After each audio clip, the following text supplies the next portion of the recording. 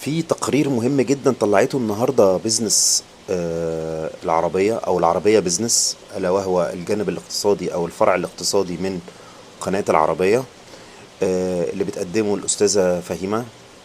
وهي ست مجتهدة جدا وبتقدم تقارير كويسة جدا. التقرير بيقول إيه باختصار؟ بيقول إن عدد الشركات اللي سجلت في خلال شهر مارس إنها تفتح في مصر شركات أجنبية بلغ حوالي 450 شركة. شهر مارس بس اللي اتسجل، فده طبعا رقم مهول. ده رقم في عز الحرب ما كانت دايرة. للي مش فاكر، الحرب ابتدت تقريبا يوم 24 أو يوم 22 فبراير، وقعدت حوالي 40 يوم. فمعنى إن كمية الشركات دي تفتح في مصر، دي ممكن أقول عليه إن هو ممكن يكون مرتبط مش صدفة مع الحرب اللي بتحصل ما بين إيران وأمريكا. وكان للأسف ساحة الحرب دي كانت جزء منها الدول العربية اللي موجودة في الخليج. حط ده في حسابك أو حط ده في حسبتك وانت بتبص على الحرب مع الرقم ده. وفي نفس الوقت بص على المدى المتوسط والطويل، هتلاقي ان الوضع الاقتصادي في الدول الخليجية ابتدى يتأثر بشكل كبير جدا.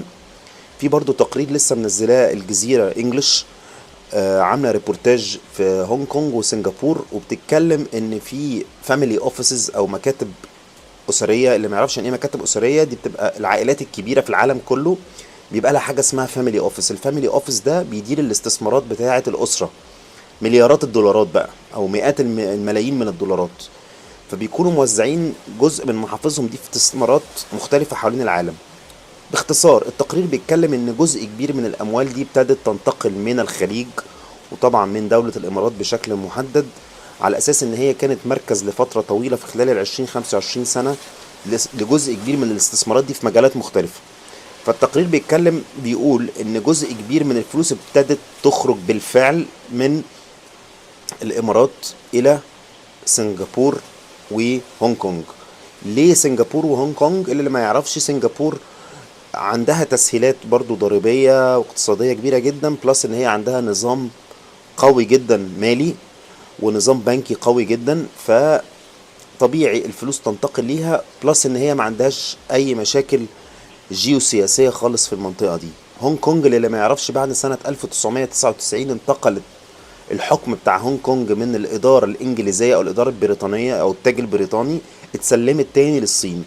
ففي جزء كبير من الإنجليز والفلوس الإنجليزية خرجت من هونج كونج بحثا عن ملاذات آمنة أخرى ساعتها، على أساس إن نظام شيوعي هو اللي هيحكم هونج كونج. ولكن هونج كونج حافظت على حكم شبه ذاتي بنظام مختلف، نظام ملوش أي علاقة ببقية الصين، وفضلت محافظة على مكانتها. والنهاردة بنشوف فلوس تاني ابتدت ترجع للمدينتين دول او البلدين دول. والتقرير بيقول ان في ترانزاكشنز او تحويلات بنكيه وصلت لحوالي 100 مليون دولار في الترانزاكشن الواحده. وطبعا بيتكلم على الاثار السلبيه للحرب على الاقتصاد الاماراتي بشكل كبير، وخصوصا ان هو اقتصاد كان معتمد بشكل اساسي على اللوجستيات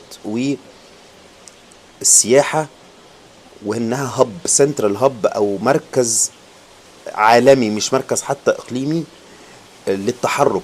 اي حد بياخد اي ترانزيت من اي حته في العالم كان بيعدي دايما من دبي، ويعتبر من اكبر المطارات في العالم، يعني يكاد يكون تاني او تالت اكبر مطار في العالم، يمكن بعد مطار اسطنبول. ابتدى يحصل اللي احنا كلنا كنا خايفين منه بسبب الحرب، ان تأثيرها هيأثر على الدول العربية. طبعا الاقتصاد الاماراتي مش بس معتمد على الحاجتين دول، ولكن معتمد طبعا برضو على القطاع البترولي اللي هو شبه متوقف دلوقتي. فالآثار للأسف آثار سلبية هتظهر بشكل كبير الفترة اللي جاية. محدش قادر يحدد بالظبط حجم الخسائر لغاية دلوقتي هيبقى عامل ازاي على الدول الخليجية والاقتصاد الإماراتي بشكل خاص. ولكن واضح جدا ان هم في حالة تعتيم او تكتم على حجم الخسائر وحجم التباطؤ وحجم التأثر اللي هم متأثرينه. دايما بنقول في المصري اللي خبر بفلوس النهارده بكره يبقى ببلاش، فاحنا هيبتدي يبان. ولكن ابتدت البوادر تبان ان في حركه على المستوى الفلوس الكتير، المليارديرات، وعلى المستوى الفلوس الصغيره كمان. النهارده التقرير بيقول ايه؟ برضو نرجع للتقرير بتاع العربيه اللي كانت بتتكلم عليه الاستاذه فهيمه.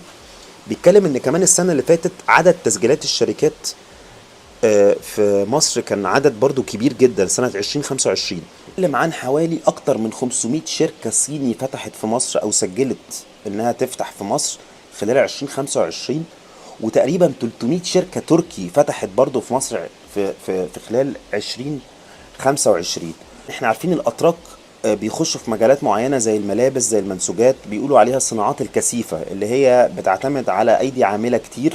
والايدي العامله طبعا للي عارف مصر كويس هيبقى عارف ان مصر الايدي العامله فيها متوفره بشكل كبير، وتعتبر عماله ماهره وفي نفس الوقت عماله رخيصه، عكس تركيا اللي النهارده بقت العماله فيها اغلى بكتير من مصر. 800 شركه بس الصين وتركيا، غير البلاد الاخرى زي المانيا اللي سجلت حوالي 120 شركه، وامريكا اللي سجلت حوالي 150 شركه برضو كلهم خلال 2025. وده بسبب الاجراءات الاصلاحيه وتسهيل الاجراءات اللي عملتها الحكومة المصرية في خلال السنتين ثلاثة اللي فاتوا. سهلت على الناس وابتدت توفر أراضي بأسعار معقولة، أراضي صناعية. وبيتكلم برضو التقرير على أهم المدن اللي هيبقى فيها البوم ده.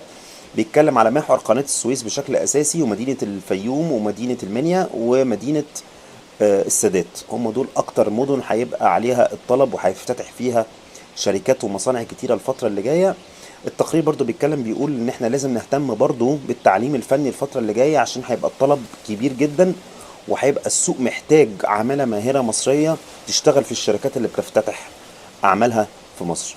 ده بقى انا هكمله مع الصورة اللي انا ابتديت اشوفها مؤخرا. في جزء كبير جدا من المصريين اللي كانوا مقررين ان هم يرجعوا مصر ابتدوا يسرعوا في الاجراءات دي. في ناس كتيرة قوي رجعت، في ناس كتيرة رجعت بمزاجها، وفي ناس كتيرة رجعت غصب عنها بسبب اللي بيحصل النهاردة في الخليج. في ناس كتيرة جدا ذوي الخبرات الكبيرة المتواجدين في الخليج، اللي كانوا بيديروا شركات، سي اي اوز وجي امز، رؤساء مجلس ادارة على مستوى فني واداري عالي جدا، ابتدوا يرجعوا مصر. يعني بدون ذكر اسماء معينة يعني. ده يدي ايجابيه للي هيحصل في مصر. مصر حصل فيها في خلال ال 15 20 سنه اللي فاتوا زي ما بنقول عليه برين درين. يعني العقول المتنوره، احسن عقول موجوده في مصر كانت بتهاجر وتسافر بره، سواء كانوا ذوي المهاره الفنيه زي الدكاتره مثلا اللي بيسافروا انجلترا واوروبا وكندا وامريكا واستراليا وغيرها، ولكن كمان الاداريين الشاطرين اصحاب الخبرات الكبيره في عالم الشركات المالتي ناشونال بشكل خاص راحوا الخليج.